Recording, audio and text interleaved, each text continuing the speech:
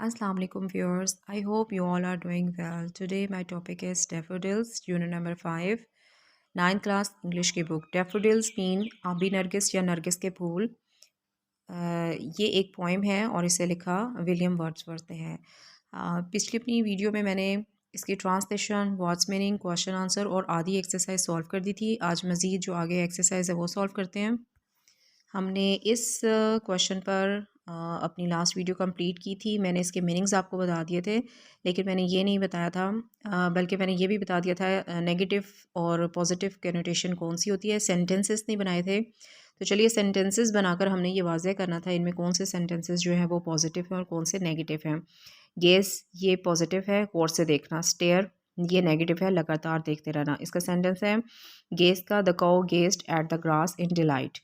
Stair का है Salma stared at him in anger. इसमें से शाइन चमकना पॉजिटिव है और ग्लेयर चमकना जो है वो नेगेटिव है। हमने जुमलों से वाज़िया किया है the stars are shining in the sky, the sun is glaring with full force. हॉट झमघटा ये नेगेटिव है और कलेक्ट जमा करना ये पॉजिटिव है। There is a hoard of stars in the Milky Way, we collected stamps of foreign countries ये पॉजिटिव है। नेक्स्ट पे हमने यही वाला क्वेश्चन हमने यहाँ पे सॉल्व किया था। इसके सेंटेंसेस बनाकर हमने बुक पे ही बना दिए। नेक्स्ट पे आए, यहाँ पर है कलेक्टिव नाउन, इसमें जमा। कलेक्टिव नाउन एक सिंगुलर नाउन होता है। ये देखें, singular noun such as committee और टीम, ये हमारे पास सिंगुलर नाउन है। That refers to a group, लेकिन ये ग्रुप को जाहिर करते हैं। टू पीपल ऑफ पीपल लोगों के, एनिमल जानवरों के, और थिंग्स किसी भी चीज़ों के। Called collective noun. तो ये तमाम ऐसे वर्ड जो देखने में सिंगुलर होते हैं लेकिन अपने अंदर ये एक जमा रखते हैं, इसीलिए इसका नाम इसमें जमा होता है। ये देखें, फॉर एग्जांपल ये क्राउड वर्ड हमारी पोएम में इस्तेमाल हुआ था। Crowd in the poem refers to a collection of a large number of daffodils. ये वर्ड जो है वो आबी नरगिस के जो फूल है उसका बहुत ज़्यादा तादाद में वहाँ मौजूद थे, उसके लिए यहाँ पर क्राउड का वर्ड इस्तेमाल हुआ। क्राउड सिंगुलर वर्ड है लेकिन इसके अंदर देखें कितने ज़्यादा नरगिस के फूल थे, तो ये उसके लिए इस्तेमाल हुआ था। तो ऐसे वर्ड जो सिंगुलर लगते हैं लेकिन वो होते जमा हैं, उनके अंदर बहुत सारे लोग या चीज़ें या जानवर पाए जाते हैं, तो वो कलेक्टिव नाउन कहलाता है।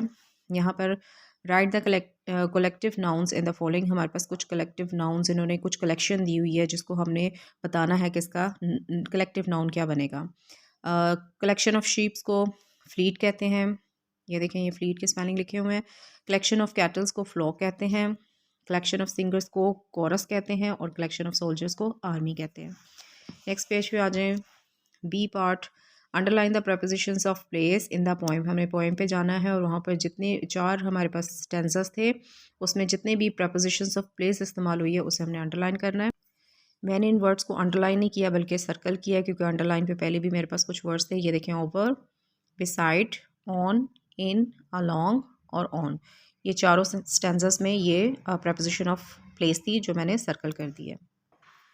ओके, ये काम भी हमारा कंप्लीट हो गया। अब आते हैं use the following propositions in sentences of your own. ये हमारे पास कुछ प्रपोजिशन है, हमने इसके सेंटेंसेस बनाने हैं।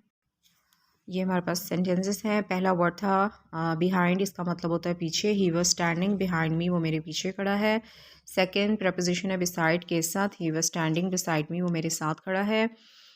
नेक्स्ट टू आगे, he was sitting next to me, वो मुझसे आगे बैठा है। अंडर का मतलब नीचे होता है। The cat is under the chair, chair के नीचे है कैट। ओवर का मतलब ख़त्म भी होता है, पर भी होता है, ऊपर भी होता है। यहाँ पे सेंटेंस बन रहा है go over your lesson once more, एक बार फिर अपने लेसन को देखो या पढ़ो या याद करो। अलोंग का मतलब साथ होता है, कम अलोंग विद मी, मेरे साथ आओ। अक्रॉस का मतलब पार या दूसरी तरफ होता है। My house is across the bridge, कि मेरा जो घर है वो ब्रिज के उस पार है। ओके व्यूअर्स, नेक्स्ट हमारे पास है कंजक्शन। कंजक्शन को उर्दू में हरफ इत्तफ़ कहते हैं। Conjunctions joins words and sentences. There are 2 kinds of conjunction.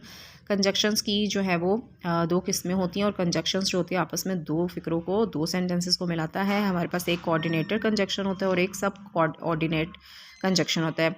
Coordinate conjunctions और सब ऑर्डिनेट कंजक्शंस। अब जो कोऑर्डिनेट कंजक्शन होता है उसका जो फंक्शन होता है वो ये होता है कि ये दो जुमलों को मिलाता है इक्वली, यानी बराबर। These conjunctions join sentences of equal rank. और जो सब ऑर्डिनेट कंजक्शंस होते हैं उसका फंक्शन होता है दीज कंजक्शंस ज्वाइन सेंटेंसेस, ये सेंटेंसेस को मिलाते हैं। One of which is dependent on the other, जो कि पहले वाले पर जो एक पर जो है वो डिपेंड कर रहा होता है। जैसे because, that, while, unless, as, when, since, is, if और थ्रू। और जो कोऑर्डिनेट कंजक्शंस होते हैं उसकी एग्जांपल में but, or, nor, either, also, however, only, so और हैंस आता है।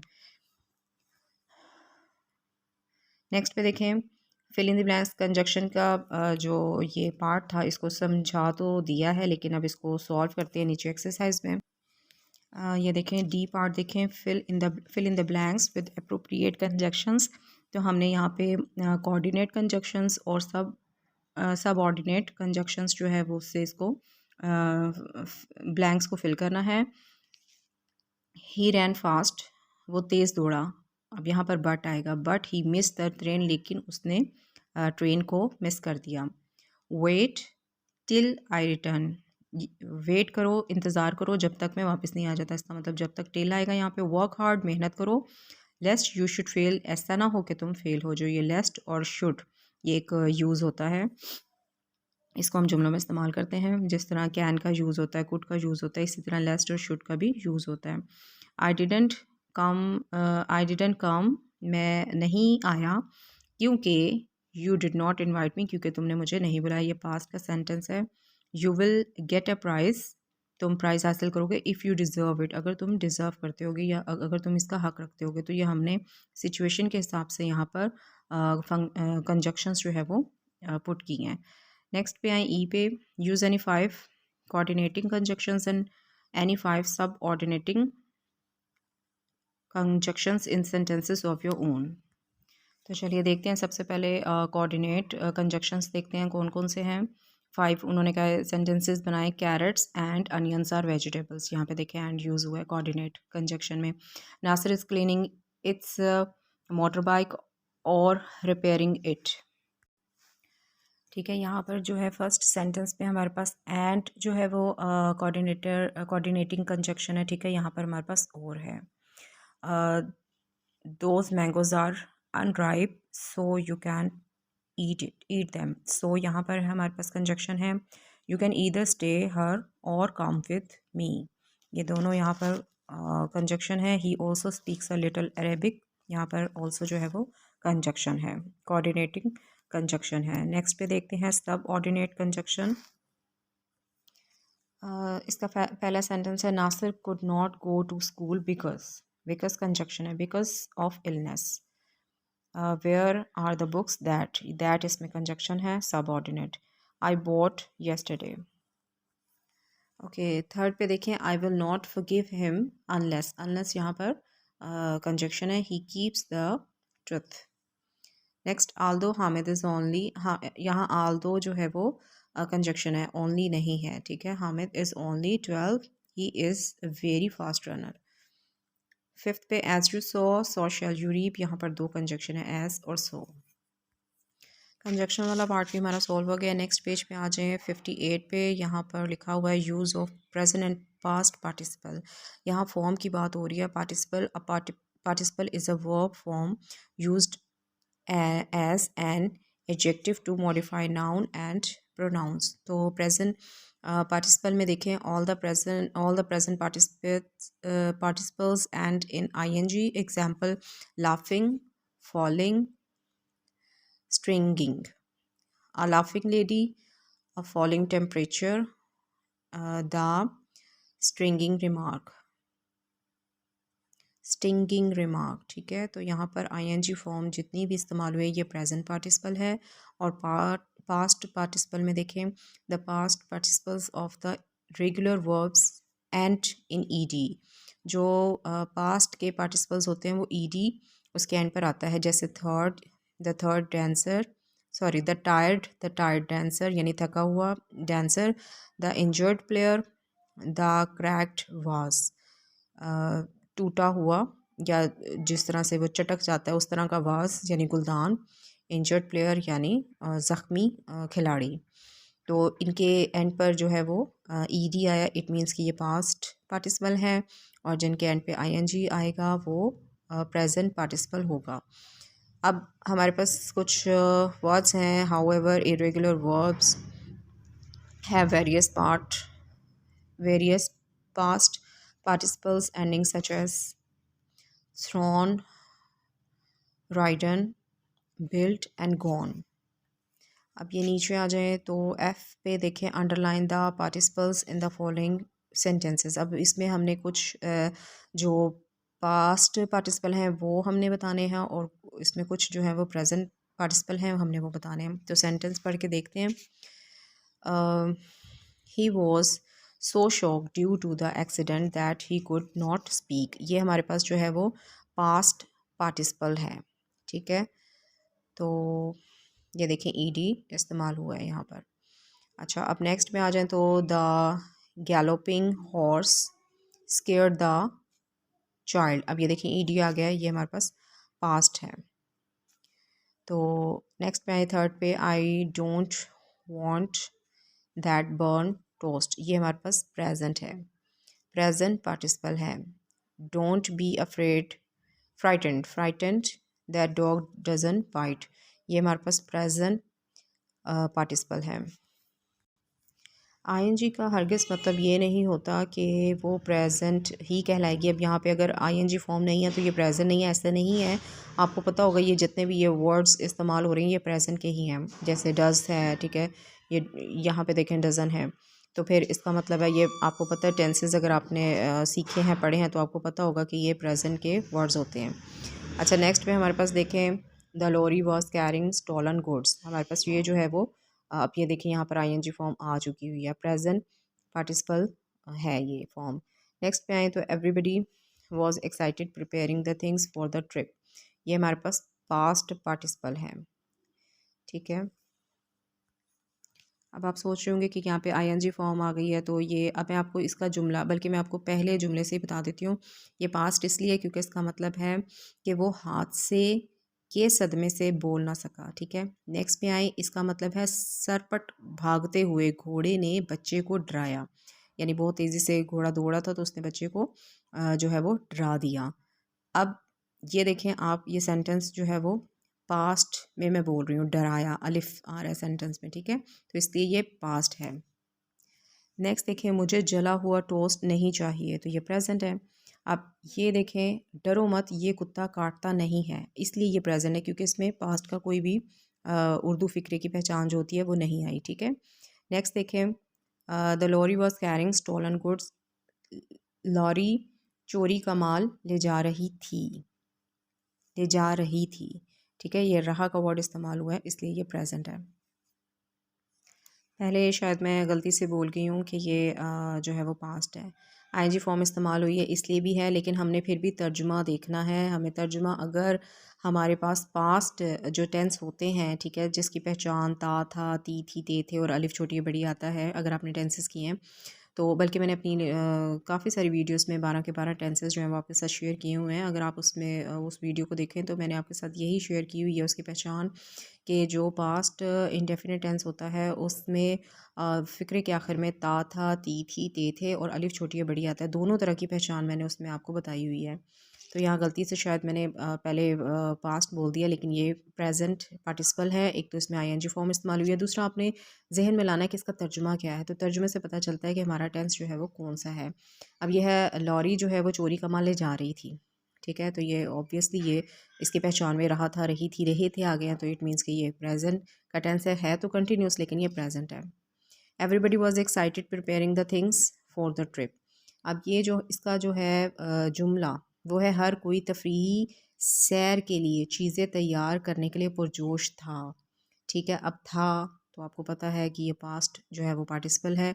ठीक है, इसमें था का वर्ड इस्तेमाल हुआ है. If the children are bored take them to the park. हाँ, अगर बच्चे बोर हो रहे हैं तो तुम उन्हें पार्क में क्यों नहीं ले जाते, ले जाते. ठीक है, ये भी प्रेजेंट का जुमला है, पहचान भी प्रेजेंट की है, तो इसलिए ये प्रेजेंट पार्टिसिपल है. Okay, make 5 sentences using the present participle and 5 sentences using the past participle. इसका मतलब है कि 5 जुमले मौजूदा ज़माने के लिहाज से इसम फ़ाइल और 5 माजी के लिहाज से इसम फ़ाइल की मदद से बनाए. तो ये इतना इंपॉर्टेंट क्वेश्चन नहीं है, मैं इसे सॉल्व नहीं कर रही हूँ। नेक्स्ट पेज पे आएँ तो राइटिंग स्किल्स हैं, ठीक है, लिखने की महारतें हैं, यहाँ पर कुछ फ्रेजिंग वगैरह दी हुई है, ठीक है। फिर ये भी जो है वो इम्पोर्टेंट नहीं होता, इसको भी हम सॉल्व नहीं करते। नेक्स्ट पे आए तो paraphrase the last stanza of the poem. इसको आपने जो नज़म है उसका जो आपके पास लास्ट स्टैंजा है उसको आपने पैराफ्रेज करना है, यानी इसकी तशरीह व तौसीह करनी है, ठीक है।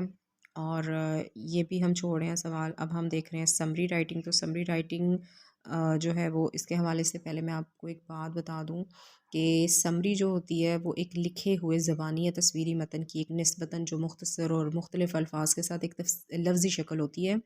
चार बुनियादी उसूल इसके होते हैं जो कि मुंतकी और उसूली इकदाम होते हैं, ठीक है। इसमें रीडिंग है, आउटलाइनिंग है, फिर इसमें चेकिंग होता है और फिर इसमें राइटिंग होता है। ये आप पढ़ लेंगे तो आपको पता चल जाएगा कि इसमें वो क्या कह रहे हैं कि एक अच्छी समरी का निसार जो है वह ज़्यादातर तफसीली असली जो मतन को समझने के बाद मुताला किया जाता है उस पर होता है।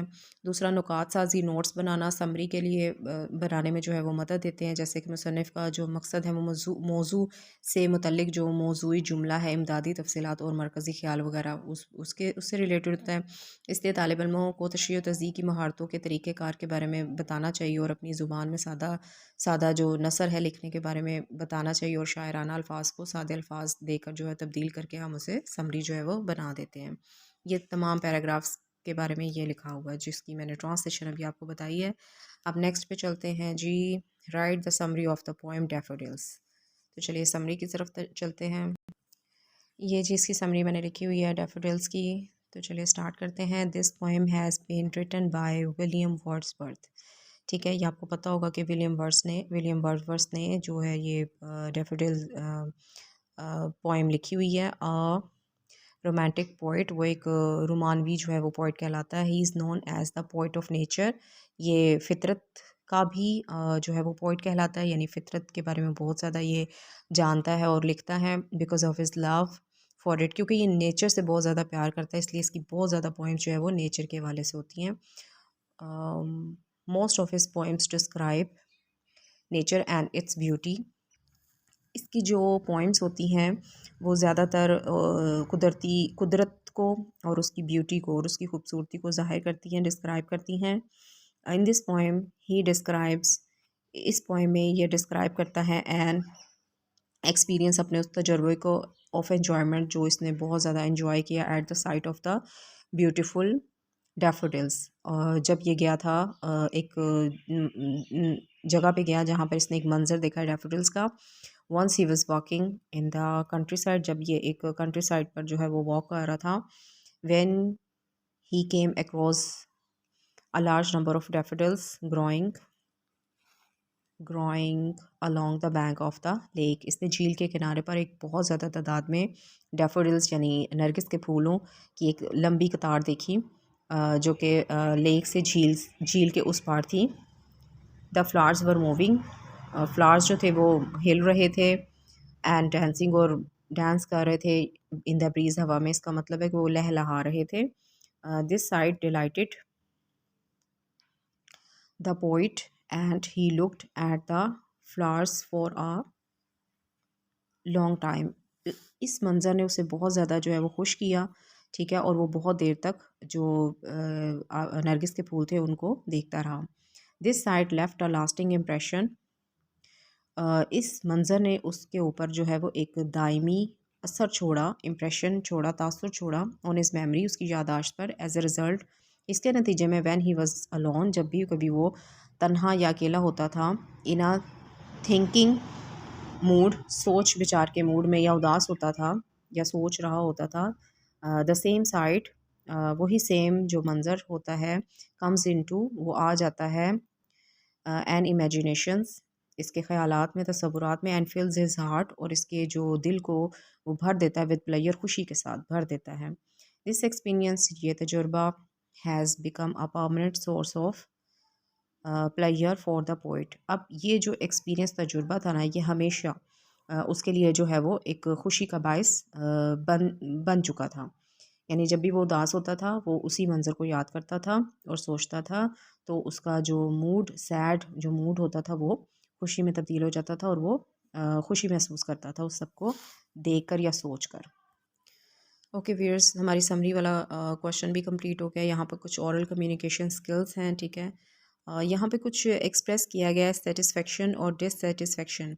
अब एक जुमला होता है जो हमें सेटिस्फाई करता है, ठीक है, और उसी का एक क्लॉज होता है जो हमें या किसी को भी डिससेटिस्फाइड करता है। तो चलिए देखते हैं। Use the language of satisfaction and dissatisfaction and act out role plays on the following situations. अब यहाँ पर सिचुएशंस हैं, इसमें एक क्लॉज जो है वो सेटिस्फाई करता है किसी को भी और एक जो क्लॉज है वो डिससेटिस्फाइड करता है किसी को भी। यहाँ पर देखें लिखा हुआ है, father is dissatisfied with the performance of his son in the matriculation exam. However, the son was satisfaction over his result. अब बाप जो है वो मैट्रिक के रिज़ल्ट पर अपने बेटे के सेटिस्फाइड नहीं है, मुतमिन नहीं है, जबकि दूसरा जो बेटा जो है वो उस पर मुतमिन है अपने रिज़ल्ट पर, ठीक है। अब नेक्स्ट देखें, you are satisfied with your performance in the debates, your teacher however express dissatisfaction and ask you to improve your presentation skills. अब बहस मुबासा में आप अपनी कारकर्दगी पर तो मुतमिन है, लेकिन आपका उस्ताद जो है वो मुतमिन नहीं है आपकी कारकर्दगी से और कहता है कि अपनी जो पेशकश है उसकी महारत को आप मज़ीद बेहतर बनाएं। थर्ड पे देखें, your friend is satisfied with getting cricket match tickets, on the contrary you express dissatisfaction on the types of seats allotted to you in the stadium. आपका दोस्त क्रिकेट मैच की टिकटें मिलने पर तो मुतमिन है। इसके बरक्स अगर आपको देखा जाए तो आप स्टेटस में जो सीटें आपको दी गई हैं उनकी वो जो किस्म आपको मिली है, यानी कहीं दूर करके आपको मिली है या वो क्वालिटी में अच्छी नहीं है या वो क्राउड में है, तो उस किस्म की जो सीटें थी आप उससे मुतमिन नहीं हैं। तो ये सेटिस्फेक्शन और डिससेटिस्फेक्शन समझाने के लिए आपको ये 3 सेंटेंसेस पैराग्राफ की सूरत में दिए गए थे।